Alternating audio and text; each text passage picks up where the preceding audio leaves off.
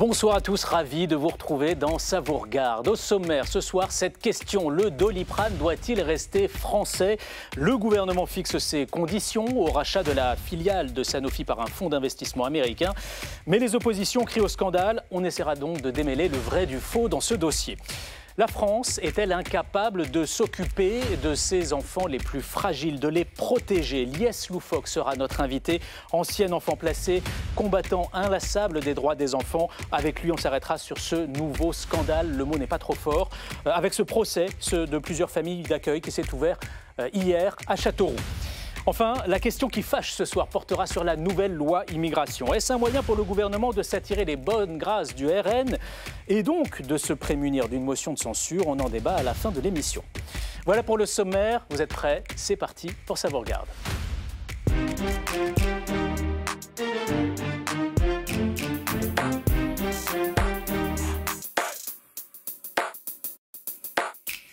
Faut-il laisser un fonds américain racheter le médicament le plus vendu en France? Sanofi compte tirer de cette transaction de quoi investir dans la recherche sur de nouveaux médicaments, mais la souveraineté sanitaire dans tout cela. Le gouvernement promet d'imposer ses conditions, mais a-t-il les moyens de les faire respecter? Quelles seraient les autres options pour garantir cette souveraineté sanitaire? Pour en débattre avec nous ce soir, j'accueille Agnès Firmin-Lebaudot. Bonsoir. Bonsoir. Vous êtes députée du groupe Horizon, députée de Seine-Maritime, ancienne ministre de la Santé et par ailleurs, je le précise parce que ça a un lien direct avec le sujet dont on parle ce soir, vous êtes encore aujourd'hui pharmacienne. Face à vous, Arthur Delaporte, bonsoir. Bonsoir. Vous êtes député du Calvados, du groupe socialiste, porte-parole du groupe socialiste. L'usine Doliprane de Sanofi, qui emploie 260 personnes, n'est pas sur votre circonscription, mais elle est assez près. À Lisieux, à une quinzaine de kilomètres. C'est ça. Frédéric Bizard, bonsoir. Bonsoir. Vous êtes professeur d'économie, spécialiste des questions de protection sociale et de santé, et vous avez publié récemment Les itinérants de la santé aux éditions Michalon. Et puis, nous sommes en liaison avec Maître Olivier de Maison Rouge, avocat en droit économique. Bonsoir, Maître. Bonsoir. Avec nous, vous, on va voir si le gouvernement a vraiment les moyens juridiques de bloquer cette vente ou a-t-il les moyens d'imposer ces conditions comme il souhaite le faire aujourd'hui. Et puis pour y voir plus clair, eh bien, on commence par le récap de Marco Pommier.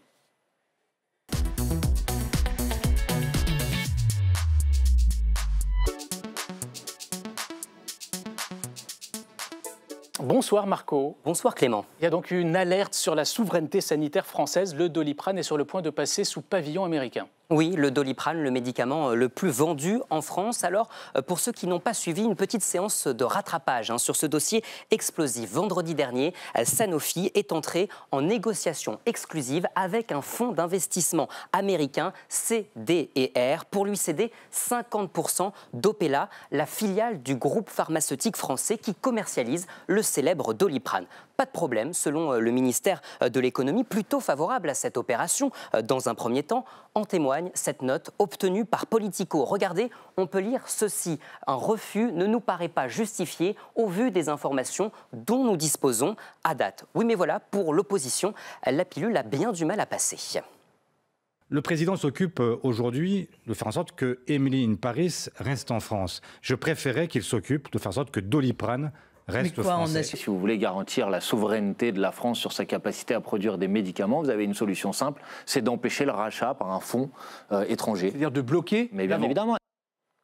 Bloquer la vente, la gauche se mêle du dossier, toute la classe politique d'ailleurs, même le camp présidentiel. Ce week-end, dans une tribune co-signée par 63 élus, le député Charles Rodwell demande au ministre de l'économie, je cite, d'activer toutes les procédures de contrôle sur les investissements étrangers en France. Et Charles Rodwell en a remis une couche cet après-midi dans l'hémicycle.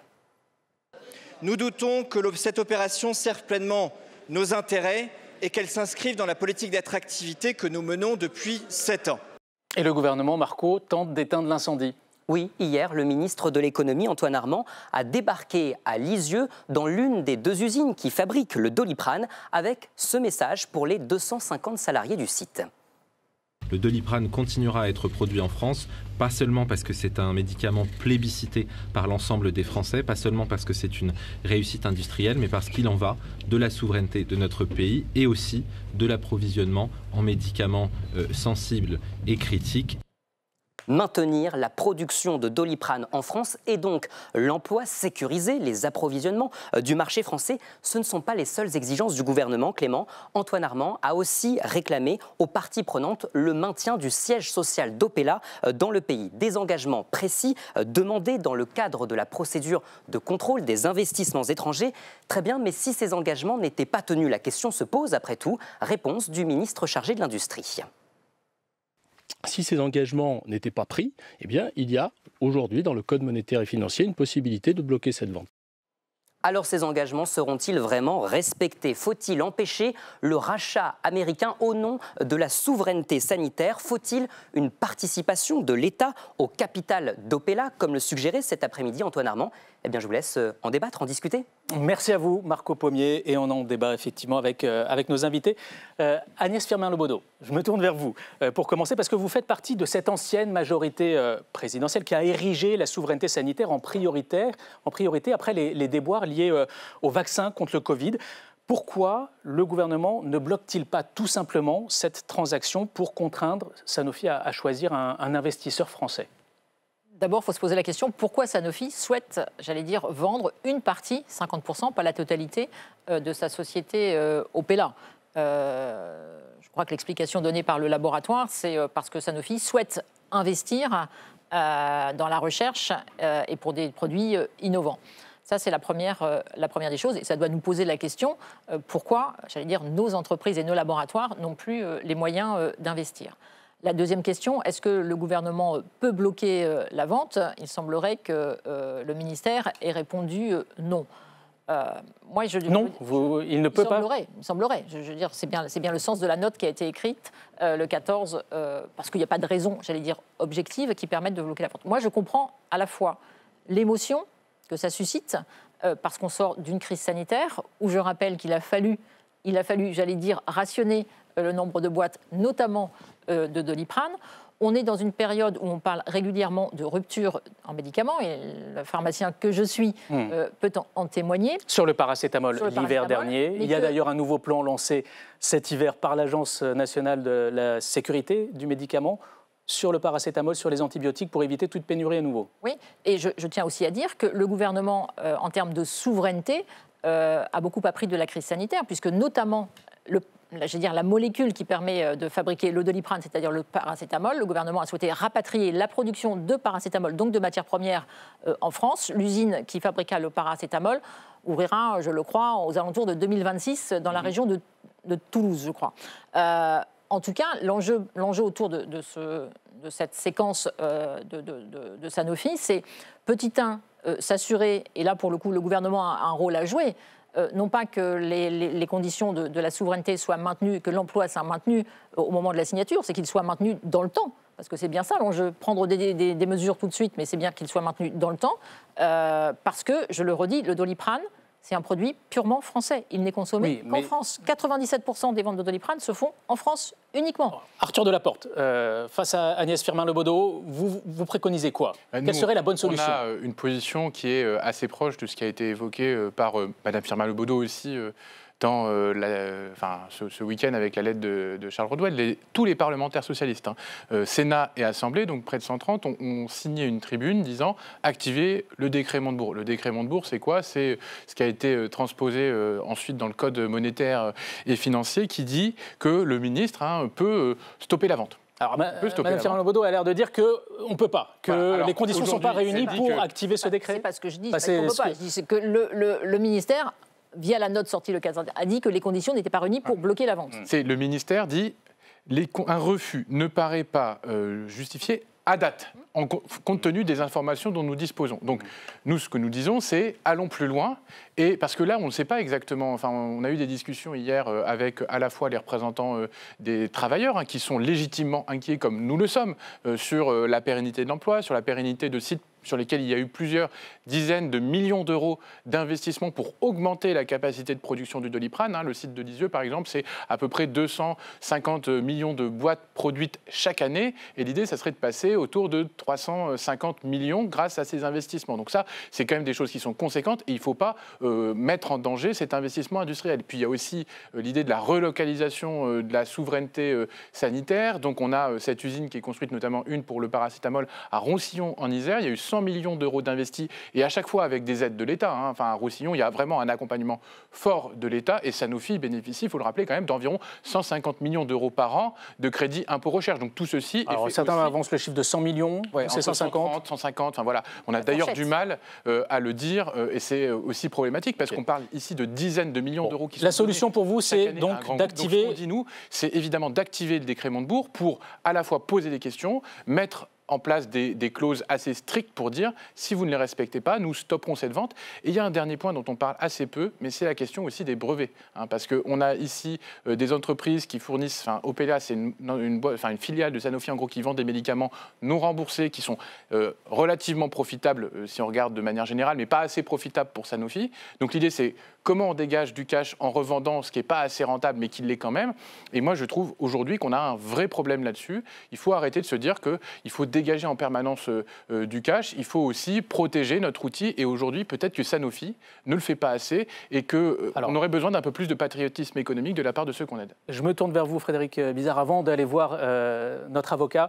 Vous connaissez bien le fonctionnement de ce secteur des laboratoires pharmaceutiques. Quand vous entendez une partie de la classe politique mettre en garde sur ces enjeux de souveraineté sanitaire, est-ce qu'ils ont raison de s'inquiéter? Est-ce qu'il y a de vraies raisons de s'inquiéter dans le cadre de cette vente qui est en train de se construire? Je pense qu'il eût été bien de s'en inquiéter un peu avant. Ça fait 1 an que Sanofi a mis carte sur table en disant qu'il allait céder cette filiale et qu'il allait la céder à des fonds d'investissement. Pourquoi est-ce que Sanofi cède aujourd'hui 50%, demain 100%? L'idée, c'est pour optimiser la valorisation, c'est classique d'y aller en 2 temps. Parce que Sanofi est menacé. Sanofi court après les marchés financiers depuis une quinzaine d'années et doit générer un cash flow très important pour sous la pression de ses actionnaires. C'est sous la pression des marchés financiers que Sanofi, si vous regardez l'évolution du cours de Sanofi, c'était 90 € il y a 5 ans, c'est 90 € il y a 6 mois. Et là, ça a augmenté parce que justement, elle a annoncé cette opération financière. Donc Sanofi ne cesse de réaliser des opérations financières pour essayer de stabiliser son actionnariat et de conserver son actionnariat. Donc si Bercy, qui a tout à fait les moyens, Mme Agnès Firmin-Lebaudot l'a dit, de le faire, ne le fait pas, c'est qu'elle sait très bien qu'elle va mettre Sanofi en grande difficulté par rapport au marché financier. Donc nous n'activerons pas, parce que Sanofi est une société trop importante pour la France, nous n'activerons rien. Mais c'est-à-dire qu'on ne peut rien faire face aux exigences de rentabilité financière. Ce concept de souveraineté sanitaire, il n'a pas de sens finalement.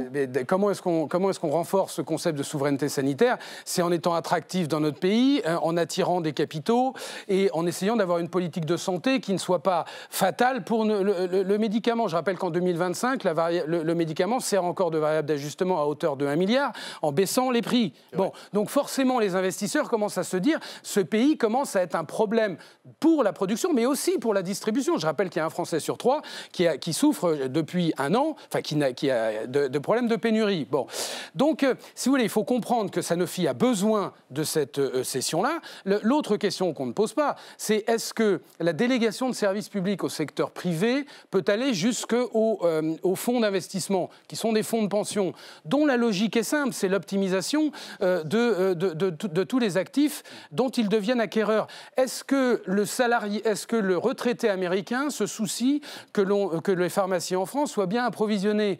Est-ce que ce fonds d'investissement-là va se soucier à long terme, tout ne va pas se transformer en quelques jours, de notre intérêt en matière de santé publique?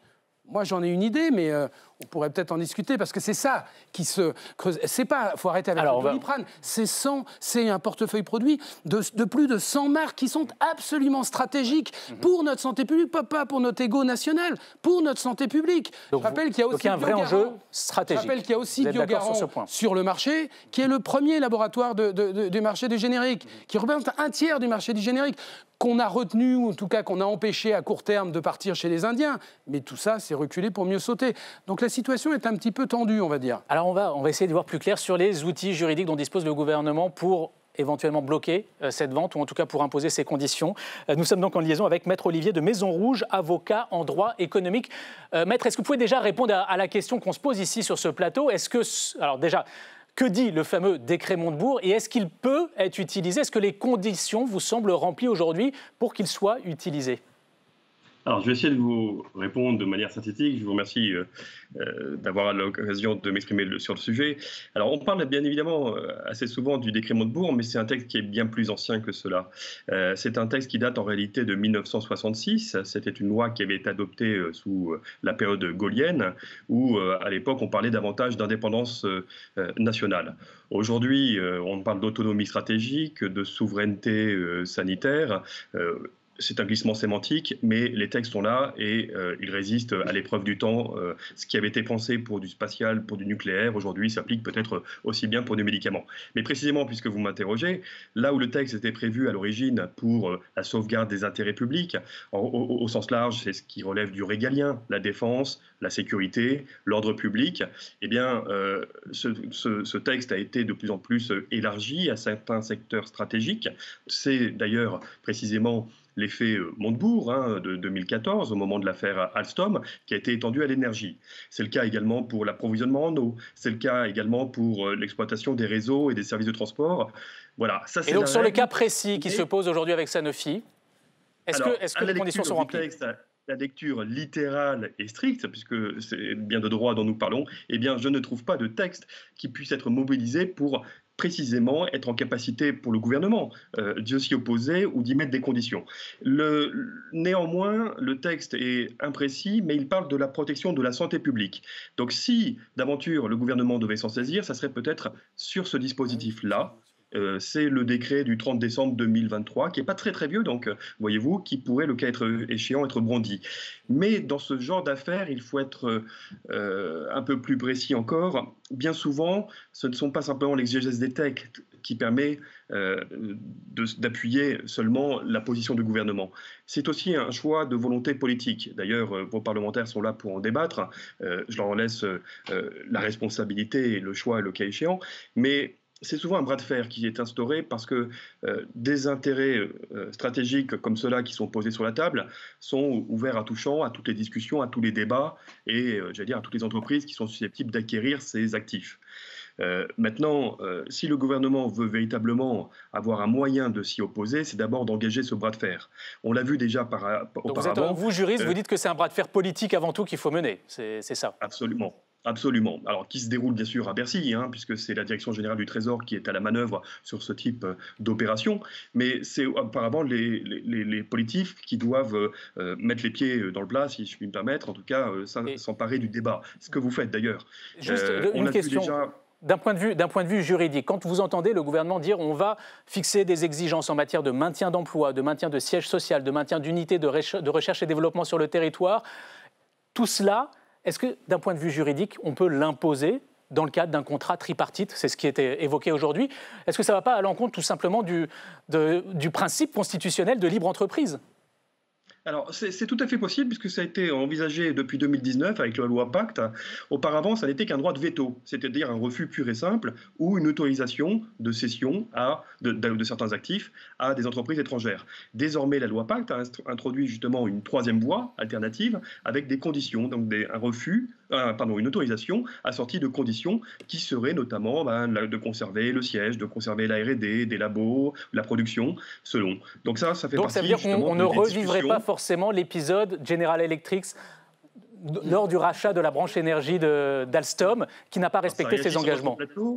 J'entends que ça réagit sur votre plateau, mais je pense que dans le fond, oui, c'est pour venir justement à des solutions peut-être un peu plus nuancées, mais qui néanmoins permettraient d'avoir un droit de contrôle, parce que tout cela est assorti également de sanctions notamment financières, et donc il s'agit ensuite que le gouvernement puisse contrôler les engagements qui ont pu être pris.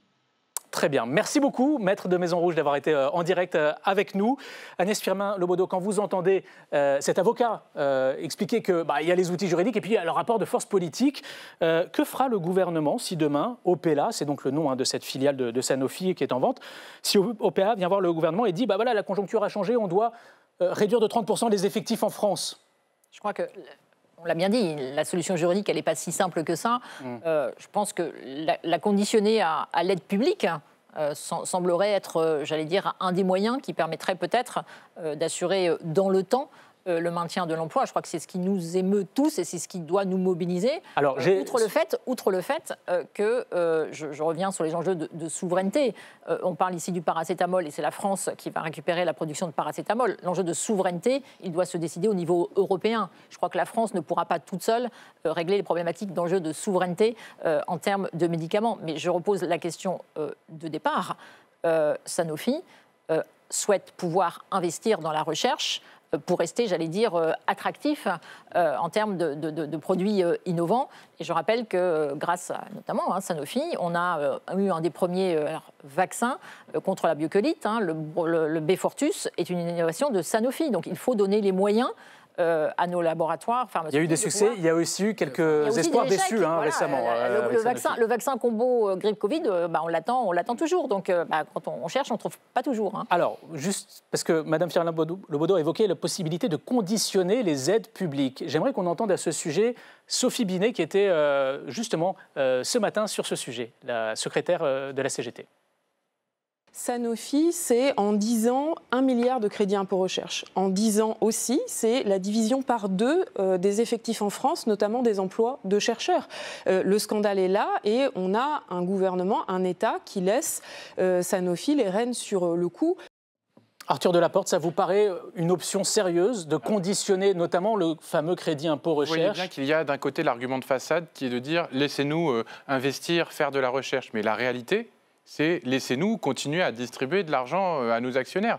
Parce que l'objectif de ce type d'opération, c'est aussi de dégager du cash pour rémunérer, et ça a été très bien démontré tout à l'heure, ceux qui portent leur confiance dans une entreprise qui est aujourd'hui fragilisée par la concurrence internationale. Donc voilà, il y a ce sujet-là, et on a peut-être des sujets de se dire comment est-ce qu'on maintient la recherche en France. Et Sophie Binet le dit à l'instant, Sanofi, c'est un groupe qui désinvestit la recherche en France. Voilà. Et c'est ce qui est en train de se produire. Donc certes, ils ont besoin d'argent pour l'investir, ils ont besoin d'argent pour rémunérer les actionnaires, mais il y a un deuxième sujet, c'est qu'aujourd'hui, ils détiennent avec Opella des brevets, et le risque, c'est que ça soit aussi les Américains qui les codétiennent et qu'ils mettent derrière potentiellement des conditions s'il y a des enjeux d'exportation à l'utilisation de ces brevets. Et ça, c'est aussi paracétamol est dans le domaine public depuis très longtemps. Qu'il faut garder. Enfin, tout n'est pas dans le domaine public. Il y a par exemple les procédés de fabrication qui ne sont pas la molécule du paracétamol et qui ne sont pas dans le domaine public et dont Sanofi a aujourd'hui le monopole. Donc ça, c'est pour le point juste technique. Mais moi, je reviendrai à ce que nous pouvons faire politiquement.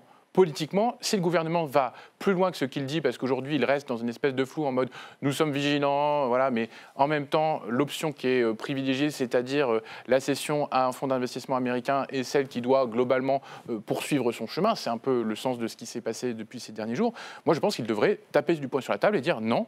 Sanofi doit rester dans le giron français avec des investisseurs français et cette filiale en particulier est une filiale stratégique d'intérêt national parce qu'elle produit en effet des médicaments qui sont des médicaments de consommation courante et quotidienne dont on a évoqué tout à l'heure les sujets de pénurie. Donc voilà, moi je pense que nous devons politiquement réagir, mais parce que nous avons juridiquement les outils qui nous le permettent et notamment vous évoquiez le niveau européen. Frédéric Bizard, vous voulez réagir? L'Union européenne l'a dit il y a 2 ans, on peut par des raisons impérieuses d'intérêt général faire que quand il y a une assurance d'un approvisionnement qui est menacé, mettre en place des restrictions, notamment à ces ventes ou ces cessions d'actifs.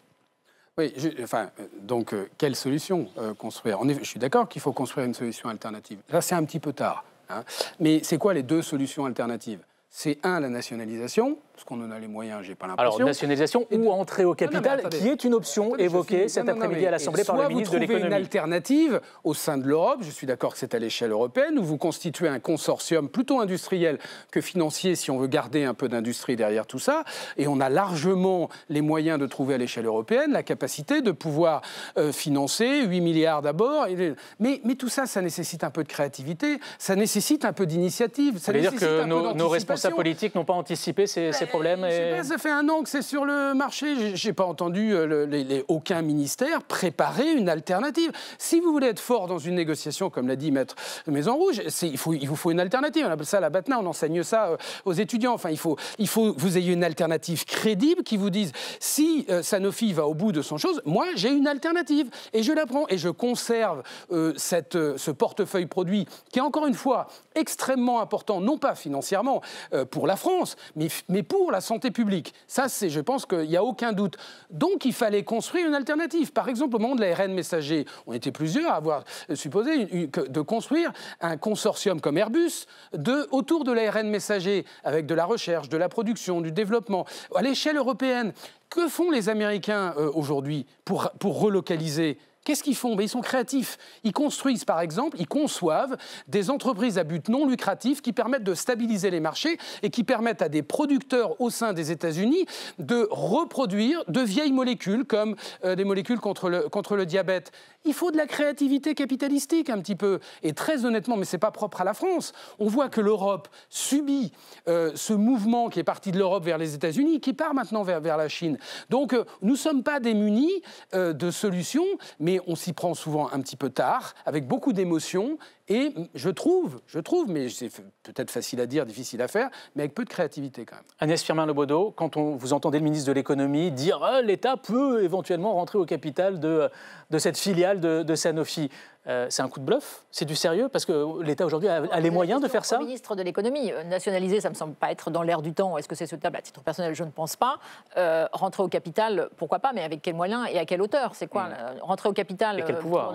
Quel pouvoir? Je veux dire que, voilà, moi je crois beaucoup plus en des mesures et en impact avec Sanofi sur le lien entre les aides publiques et le maintien, j'allais dire, de l'emploi, de la production. Et ça, on en parle à chaque fois. À chaque fois qu'un cas de figure comme ça se pose, on dit qu'il faut une conditionnalité aux aides publiques, et ça ne se fait pas. Vous ne pouvez pas conditionner ce qui est le plus important, qu'est la santé publique. Vous pouvez faire tout ce que vous voulez. Le problème, ce n'est pas les emplois, je suis désolé de vous dire, parce qu'on est vraiment un secteur où il y a un potentiel de développement. Donc peut-être que, et probablement, je suis désolé de vous le dire, que cette usine disparaîtra, mais les employés... Non, mais... franchement, vous ne pouvez pas dire ça. Parce que nous, politiquement, ça fait partie on verra, du monsieur, sujet pourquoi est-ce que je vous dis ça? Pourquoi est-ce que je vous dis... Mais bien sûr, je ne prétends pas que vous vous battez pas parce qu'en fait, mais il y a une si logique financière derrière qui, à long terme, fera en sorte que pour sortir de la rentabilité de cet actif, il faudra baisser les coûts de production. Aujourd'hui, c'est l'une des usines les plus rentables, justement. Oui. Celle qui est aujourd'hui de Lisieux. Donc voilà, ce n'est pas un problème de rentabilité. Par rapport à quoi? Par rapport à ce qu'on peut faire en Asie? Pas forcément par rapport... Enfin, en tout cas, c'est l'une des plus rentables. Ce fonds, il ne va pas regarder par rapport à l'Allemagne et la Belgique. Excédentaire, elle n'est pas déficitaire. C'est ce que je veux dire. J'espère que vous avez raison. Donc c'est pour ça aussi qu'il contribue aussi à moderniser l'outil. Mais moi, je veux juste qu'on essaie de mettre un peu en équivalence ce dont on parle. Sanofi, c'est quand même un groupe qui a distribué 4 milliards d'euros de dividendes à ses actionnaires. Donc il y a une contrainte chaque année à rémunérer ses actionnaires. Et malheureusement, quand on n'a pas forcément un assez haut niveau de profitabilité, qu'est-ce qu'on fait? On cède des actifs. Et malheureusement là, on pourrait penser que cette cession, elle est simplement destinée à ça et pas du tout à investir. Et c'est ça qui est extrêmement problématique. Nous, dans les propositions que nous avons plusieurs. Déjà, l'année dernière, avec Valérie Rabault, on a proposé une proposition de loi pour lutter contre les pénuries de médicaments, pour constituer des stocks, pour renforcer notre souveraineté sanitaire. C'est une grosse erreur. Un des deuxièmes. C'est une énorme erreur. Non, mais je vous le dis juste, monsieur, parce que franchement, le problème, c'est pas d'augmenter. Vous augmentez le coût pour les industriels avec des prix qui sont déjà bas. Parce que ça permet d'avoir des réserves. Et derrière, en cas de... C'est pas le stock qui compte, c'est l'accessibilité dans les pharmacies. Je suis désolé, mais elle a été soutenue par le gouvernement transpartisane et je crois que c'était quelque chose d'extrêmement solide. Elle a été votée à l'unanimité à l'Assemblée nationale.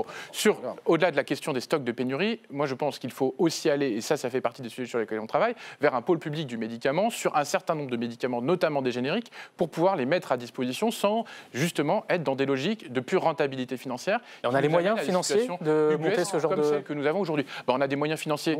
On vient d'évoquer le milliard qui a été investi sur Sanofi, dépensé par l'État depuis 5 ans, c'est-à-dire depuis 10 ans, 150 millions d'euros en moyenne par an. Donc on est aussi n'a rien fait d'illégal en prenant la loi. Alors parlez pas tous en même temps, s'il vous plaît. Moi j'ai une question sur la crédit d'impôt recherche. On évoquait l'usine de production du paracétamol sursubventionnée par l'État. Aujourd'hui, l'État est sursubventionne des acteurs privés qui derrière, quand c'est plus assez rentable, finissent par céder leurs actifs. Donc moi je suis désolé, mais il y a aussi dans des enjeux de souveraineté, la capacité de construire un pôle public du médicament qui fait partie des sujets sur lesquels nous pourrions réfléchir. J'aimerais vous entendre sur la politique de réglementation des prix du médicament en France, parce qu'on est quand même un des rares pays à faire ça, à imposer des prix aux laboratoires. Est-ce que ça peut aussi être un élément d'explication de la situation dans laquelle on se trouve aujourd'hui? C'est-à-dire que, ne dégageant pas assez de rentabilité en France, les laboratoires peuvent finir par se détourner un peu de notre marché et prioriser des investissements ailleurs. Oui, il faut faire une réforme structurelle par rapport à cette réglementation. L'ensemble des pays européens ont des prix réglementés. Seuls les États-Unis ont des prix libres, donc on n'est pas les seuls à réglementer. La difficulté, c'est qu'en fait, on gère les dépenses de santé, on veut les maîtriser par une approche qui est beaucoup trop comptable. C'est-à-dire qu'on a des économies à faire par rapport à des évolutions tendancielles. Et le médicament, c'est très pratique pour faire des économies parce que vous connaissez parfaitement les volumes et donc vous avez juste à baisser ce dont vous avez besoin du côté du prix pour avoir les choses. Mais le problème, c'est ce qu'on appelle le rabotage. Le problème, c'est qu'il y a un moment où vous n'avez plus rien à raboter parce que vous êtes près du coût de production.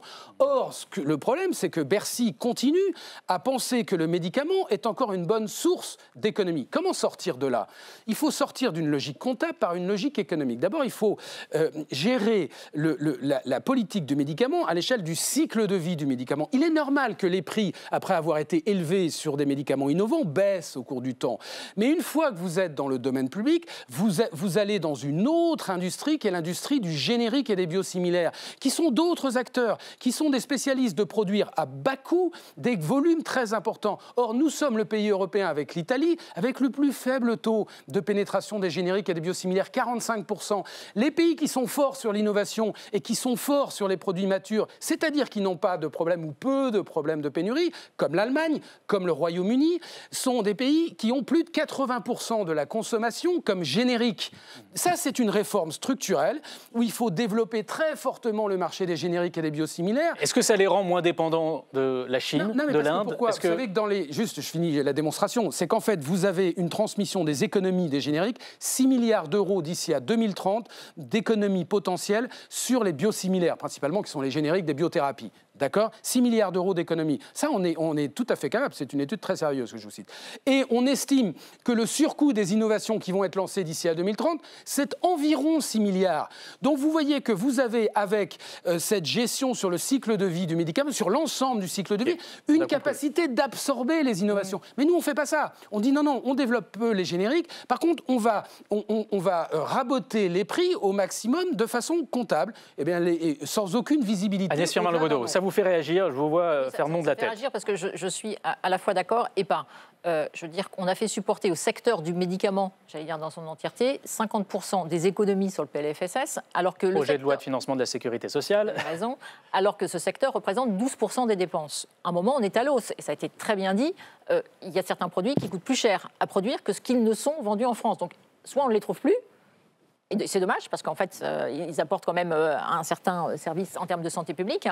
Là où je rejoins M. Bizard, c'est que sur le secteur des biosimilaires, ça fait au moins 5 ans que je les biosimilaires, ce sont les génériques des biothérapies. Ou des injections, ou les insulines, par exemple. Ça fait des années que je me bats avec des amendements pour dire qu'il faut donner le droit aux pharmaciens de substituer les biosimilaires. C'est 600 millions d'euros d'économies par an. 600 millions d'euros d'économies par an. On y arrive. Bon, là, on est en train de parler d'économie, on a dérivé de notre sujet. Non, mais d'économie parce que ça permet aussi, j'allais dire, de garder le prix de certains produits matures pour permettre d'éviter peut-être ce sur quoi nous sommes en train de débattre. Une question toute simple, je vous la soumets à vous deux parlementaires. Est-ce qu'on ne peut pas fixer un prix un peu plus élevé pour les laboratoires qui fabriquaient leurs médicaments en France? Ça a déjà été un peu fait avec Biogarant, notamment les laboratoires génériques français, où il y a eu, j'allais dire, une autorisation et un prix supérieur. L'enjeu, il est aussi, et c'est là la difficulté de notre système de santé, c'est que le projet de loi de finances de la sécurité sociale, c'est une enveloppe et une enveloppe dont on ne maîtrise pas tout forcément le développement des coûts, une enveloppe qu'il nous faut préserver. C'est notre système de protection sociale, même si le prix des médicaments est fixé dans beaucoup de pays. Peu de pays ont notre système de protection sociale. Ce qui est sûr, Arthur Delaporte, le mot de la fin pour vous. Oui, alors très rapidement, mais ce qui est sûr, c'est qu'on a un vrai sujet avec les prix des médicaments. Il y a des laboratoires qui préfèrent investir très fortement dans des médicaments qui sont vendus très très cher, et donc du coup ça déséquilibre le marché parce qu'en fait il y a un surinvestissement dans ce qui est le plus rentable et ça se fait au détriment du reste aussi, et donc du coup de la production de ce qui est un peu moins rentable, ce qui accentue aussi les effets de pénurie. Juste un petit chiffre, hein. On est passé entre 2014 et aujourd'hui d'environ 300 médicaments en situation de pénurie à 3800. Donc c'est une dynamique qui est extrêmement forte et qui contribue à fragiliser finalement et aux situations qu'on rencontre dans nos pharmacies. Merci beaucoup à tous les trois d'être venus sur le plateau de Savoir-Garde. Je crois qu'on n'a pas fini de débattre de ces questions de souveraineté sanitaire. Merci encore. Alors on a un petit souci puisque notre invité Lies Loufoque est bloqué dans les embouteillages. En l'attendant, on va donc passer à la question qui fâche, qui ce soir porte sur cette nouvelle loi immigration qui a été annoncée ce week-end. Est-elle faite pour s'attirer les bonnes grâces du Rassemblement national? Le gouvernement joue-t-il à un jeu dangereux avec le RN? On fait le point sur ce sujet avec Baptiste Gargui-Chartier. La question qui fâche est évoquée dimanche dernier par la porte-parole du gouvernement lorsque Maud Bréjon annonce une nouvelle loi immigration et dès janvier. Un coup d'éclat et ces mots font l'objet de toutes les attentions. Il faut faciliter la prolongation de détention des étrangers en situation irrégulière qui présentent des profils dangereux dans les centres de rétention administrative.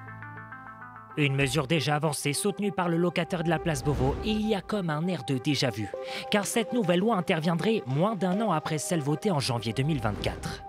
Dans le viseur de l'exécutif, intégrer des mesures phares que le Conseil constitutionnel avait retoquées, exemple de la création d'un délit de séjour illégal, ou encore la remise en cause de l'aide médicale d'État. Avant de dire qu'il faut une nouvelle loi, il faut peut-être nous expliquer ce qu'il y aurait dans la loi en question. Alors que des macronistes de premier rang montent au créneau, au même moment le gouvernement lui aussi affiche au grand jour ses divisions. Moi, je pense que les lois sur l'immigration, il y en a eu beaucoup dans notre histoire récente. Je pense qu'il faut les évaluer. Il faut déjà les mettre en œuvre parce que tous les décrets n'ont pas été pris. Il faut se donner le temps d'évaluer l'existant et surtout de mettre en œuvre l'existant.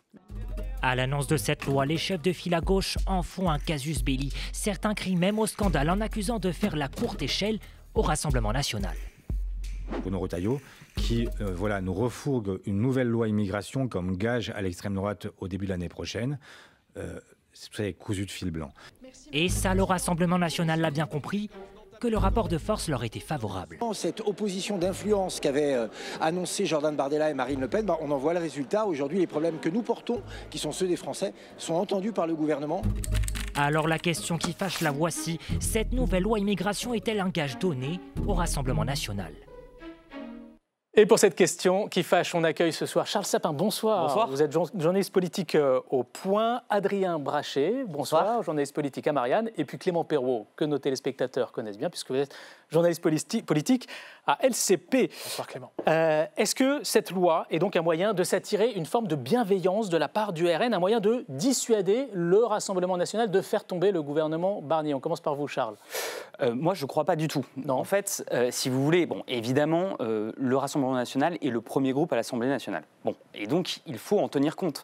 Mais on n'est plus en 1978. C'est-à-dire que la question de l'immigration, le Front national puis le Rassemblement national ne sont plus les seuls à en parler.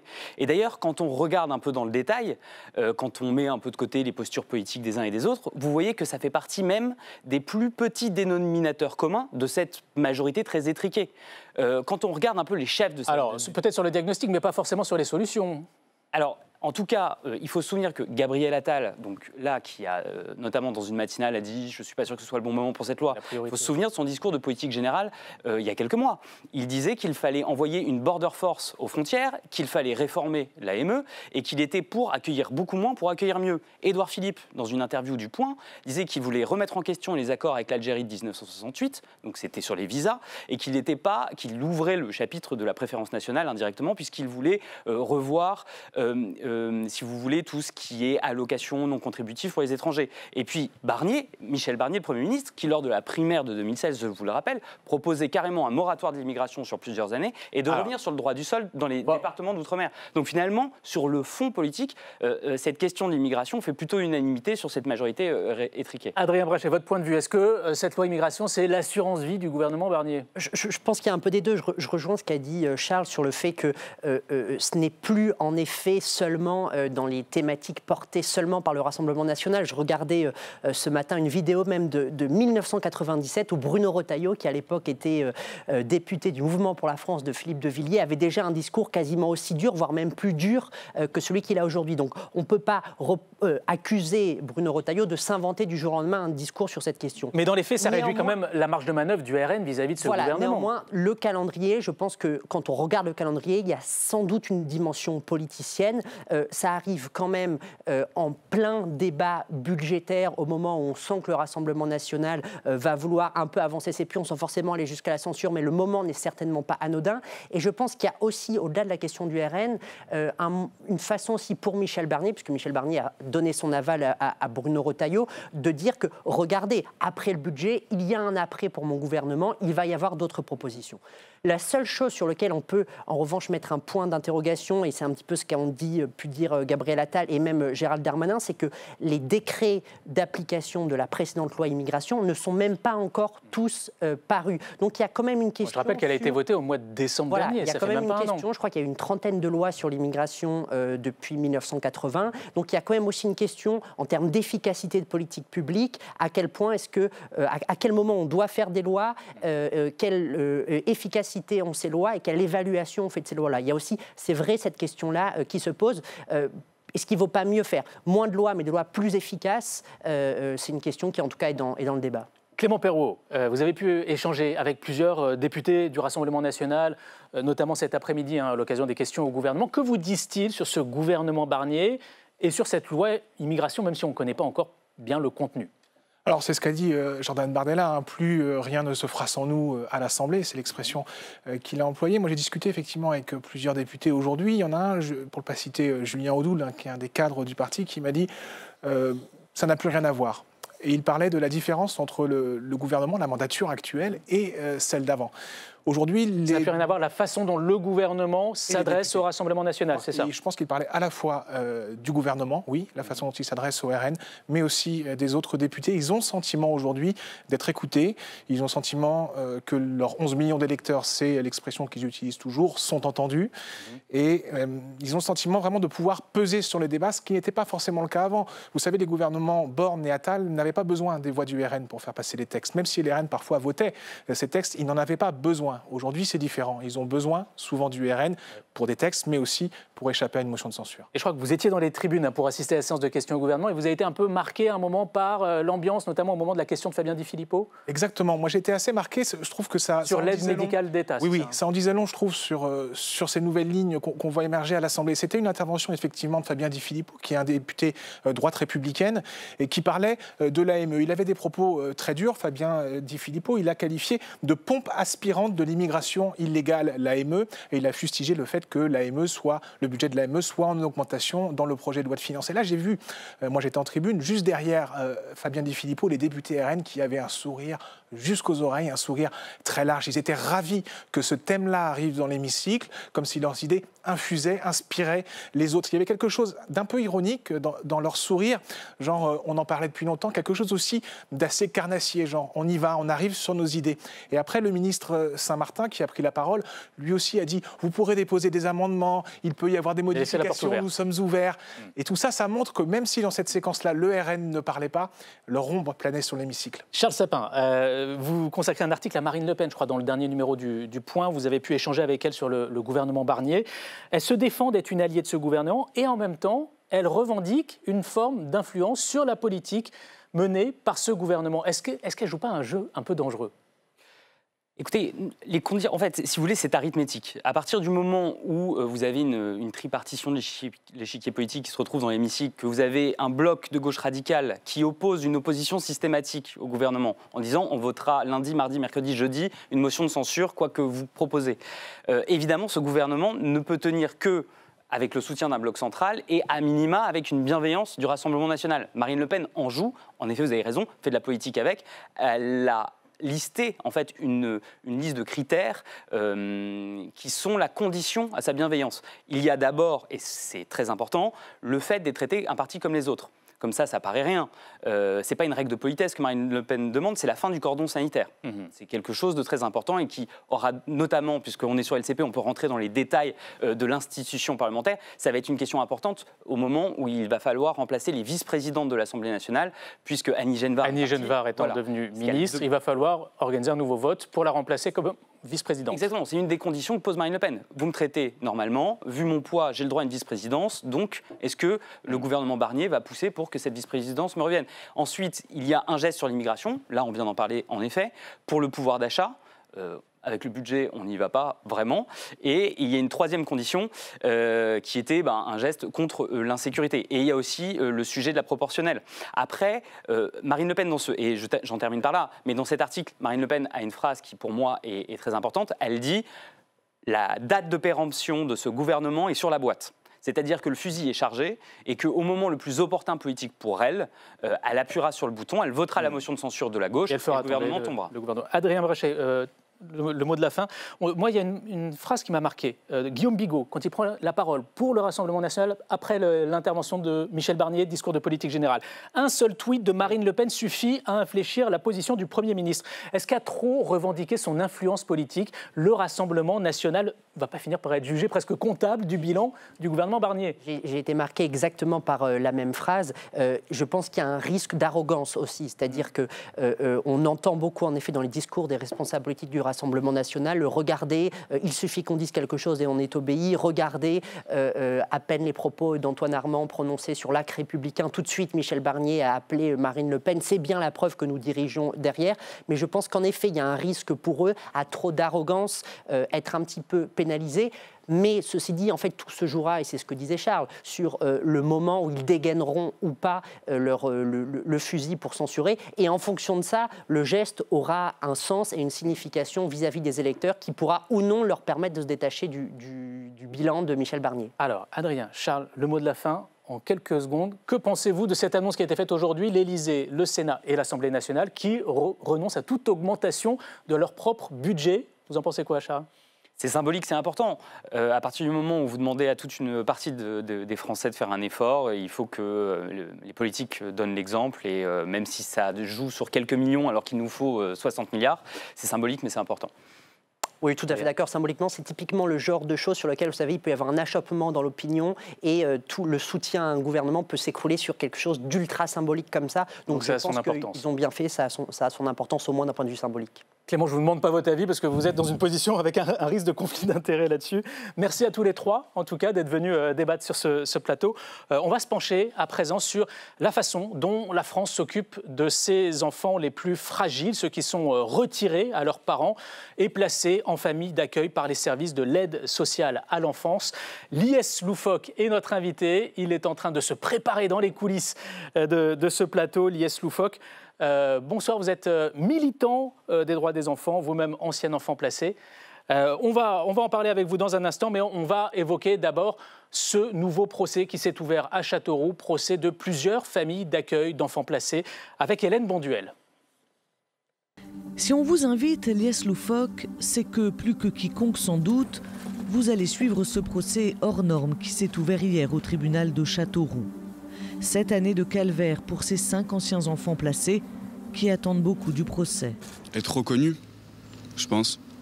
Être écouté, compris et être entendu. De 2010 à 2017, des dizaines d'enfants ont été confiés par l'ASE, l'aide sociale à l'enfance du Nord, à des familles et des structures d'accueil sans aucun agrément, dans les départements de l'Indre, la Creuse et la Haute-Vienne. Des mineurs humiliés, violentés physiquement et moralement, sans aucune protection des adultes. Un sort que vous connaissez bien, Lies Loufoque, pour l'avoir subi des années vous aussi. J'ai été dans une famille d'accueil qui me faisait dormir sur un morceau de polystyrène pendant 2 ans, qui ne me nourrissait pas tous les jours, qui pouvait me frapper. Aujourd'hui essayiste, vous êtes un militant acharné des droits de l'enfant. Vous multipliez les alertes. Monsieur le ministre, combien de morts faut-il à l'aide sociale à l'enfance pour que le gouvernement prenne ses responsabilités et agisse concrètement? Vous dénoncez aussi le manque de contrôle des ASE par l'État, le manque de volonté politique. Est-ce que l'État ou les départements est un bon parent? La réponse actuellement, c'est non. En 2022, la loi Taquet promet de mieux protéger les enfants, d'interdire à l'ASE de loger des mineurs dans des hôtels, au contraire de les assister d'un avocat. Mais les dysfonctionnements demeurent. Vous les pointez du doigt lors de la commission d'enquête sur le dysfonctionnement de l'aide sociale à l'enfance au printemps dernier. Les lois de protection de l'enfance votées dans cette même enceinte peinent à être appliquées. Mesdames et messieurs les députés, je vous implore de ressentir au plus profond de votre être l'ampleur du désastre qui frappe les enfants placés. Interrompue pour cause de dissolution, la commission d'enquête reprendra à l'Assemblée nationale dans les prochaines semaines. Bonsoir Liès Loufoque. Vous avez fini par arriver malgré les bouchons. On vient d'entendre votre intervention devant cette commission d'enquête parlementaire avant la dissolution de l'Assemblée nationale. C'était un moment très fort. Cette commission d'enquête vient d'être réactivée. Vous en attendez quoi concrètement?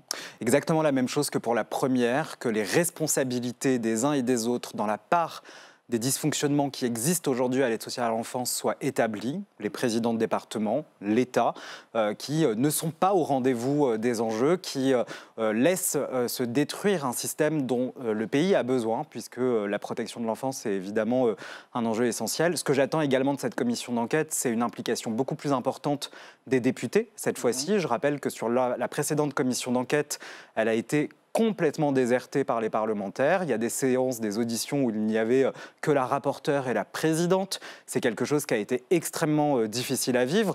Et j'espère que les parlementaires auront travaillé le sujet en amont parce que lors de la précédente commission d'enquête, on avait plutôt l'impression qu'il s'agissait en réalité d'une mission d'information.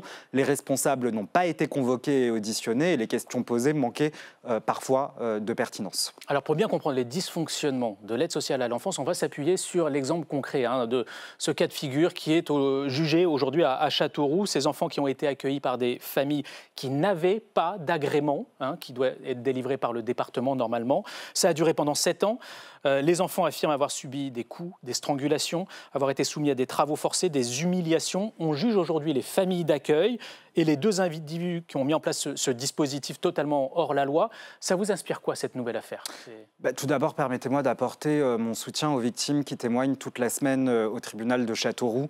Elles font ce que bon nombre d'entre nous qui avons été placés à l'aide sociale à l'enfance n'ont pas réussi à faire valoir nos droits, porter plainte et obtenir des réparations et justice. Ça, c'est le premier problème. Comment un enfant placé peut faire valoir ses droits aujourd'hui? C'est extrêmement compliqué. Un enfant placé, quand il est pris dans le système et qu'il subit des maltraitances, il a extrêmement peu de possibilités d'alerte. Moi, c'est d'ailleurs pour cette raison que je demande à ce que chaque enfant placé en France ait la possibilité d'être assisté par un avocat.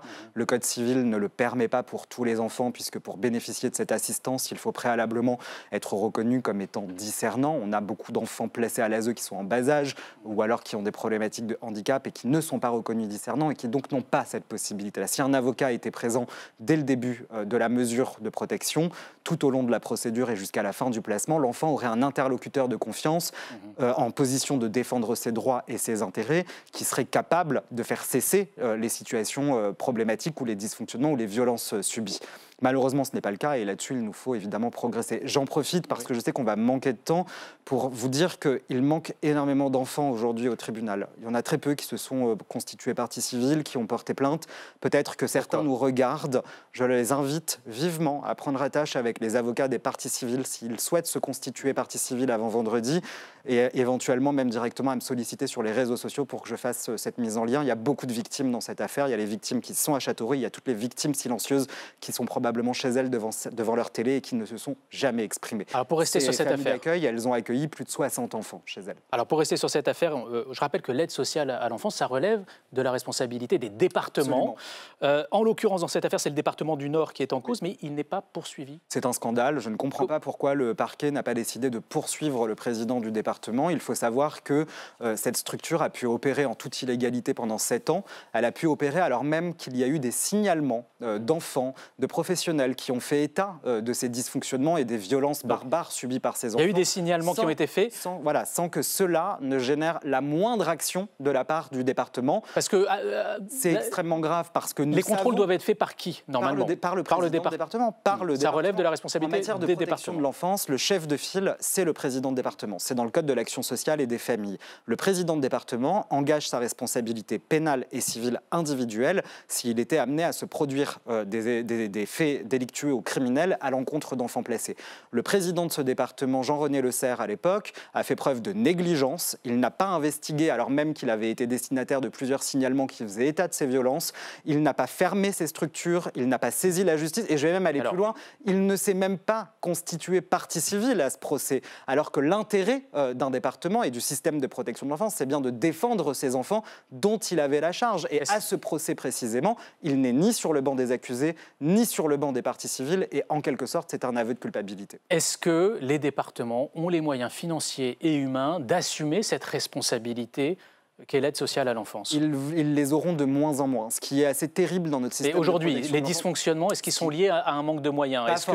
Pas forcément. Ce qui est terrible dans notre système de protection de l'enfance, c'est qu'on a des départements qui ont énormément de moyens. On a même des départements qui sont excédentaires et qui, chaque année, je pense notamment au département des Hauts-de-Seine, qui est un département un peu atypique, mais produit 550 millions d'euros d'excédent budgétaire, et cela depuis très longtemps. Et on a des départements qui sont dans une situation critique, qui, eux, pour le coup, devraient être aidés par l'État financièrement pour pouvoir répondre à leurs obligations. Moi, personnellement, je pense que les départements ne devraient plus être amenés à gérer la politique publique de protection de l'enfance. Je suis convaincu que l'État doit reprendre la main parce que ces 40 dernières années... Vous dites une recentralisation. Oui, parce que ces 40 dernières années, les départements ont fait preuve d'énormément d'irresponsabilité, voire parfois d'incompétence à l'égard des enfants placés. Cette affaire, on en parle toute la semaine, là, depuis lundi, c'est pas la première fois. Des documentaires, il y en a eu, des alertes, il y en a eu. Vos confrères et vos consoeurs de la presse quotidienne régionale, toutes les semaines, dans tous les départements de ce pays et même dans les Outre-mer, font état de dysfonctionnements extrêmement graves. Qu'est-ce qui se passe? Rien. Et donc moi, ma question, et c'est une question plutôt à destination du gouvernement, c'est combien de morts va-t-il falloir avant qu'il y ait une réelle réforme structurelle de notre système de protection de l'enfance? Nous ne pouvons plus attendre. Là, il va y avoir le projet de loi de finances qui arrive à l'Assemblée nationale, qui va ponctionner énormément d'argent aux départements, donc qui va rendre leurs tâches beaucoup plus complexes.